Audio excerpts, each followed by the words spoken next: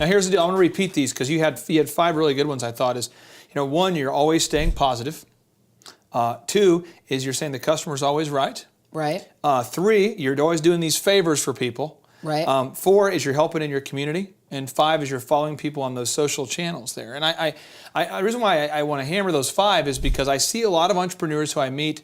Example, I met this guy, he's an air conditioning guy years ago, and he was a jerk. You know what I mean? He came up to me at a conference, and he's like, yeah, the economy's terrible, and it's easy for you to say, and he's just that guy, and you realize like he's emitting negativity. And who wants to work with that guy? No. And because he's not staying positive, he's not assuming the customers are right, he's not doing favors, he's not helping the community, he's not following people on social channels, he's not creating his own luck there. But I also want to get back to the work part of it a little bit here too. How many hours would you estimate that you have personally invested in writing or marketing, doing some type of work for Handmade Charlotte before you ever made a dime?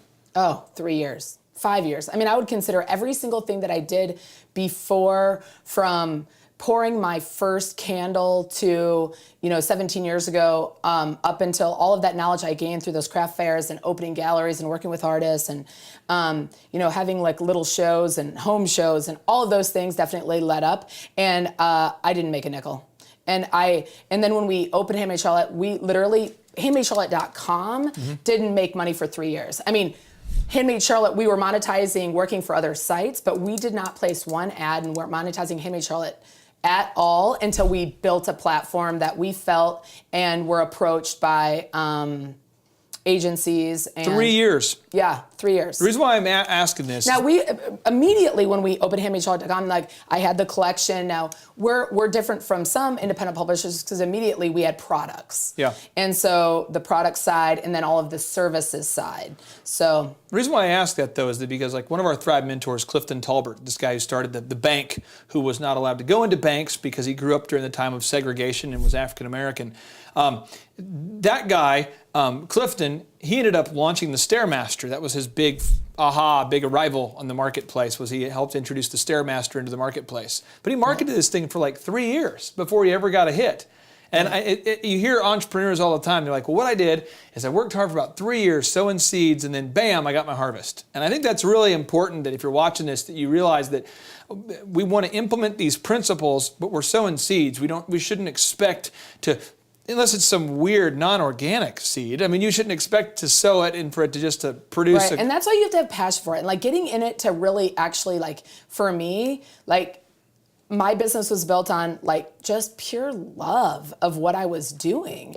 And so I feel like I always went, and it was easy for me to work hard and, keep late hours and, sometimes setting proposals all the way up until like 4 o'clock in the morning, like catching up because I had the 5 kids and homeschooling, that because I loved it so much and not making money at, certain points, but I just loved it. So I think that's what was like a driving factor for me. Albert Einstein, that one German-born dude, he was the theoretical physicist who developed the general theory of relativity, and he's one of the 2 pillars of the modern physics. I mean, he's basically a smart dude, okay? And he says that great spirits have always encountered violent opposition from mediocre minds. I'm going to repeat that one more time because that quote just blows my mind. Great spirits have always encountered violent opposition from mediocre minds. Has this kind of proven true in your career as you've brought up ideas? Have you dealt with some opposition as you've had some big ideas? I am not afraid to launch a new idea. And I think that's definitely been one of our strongest points.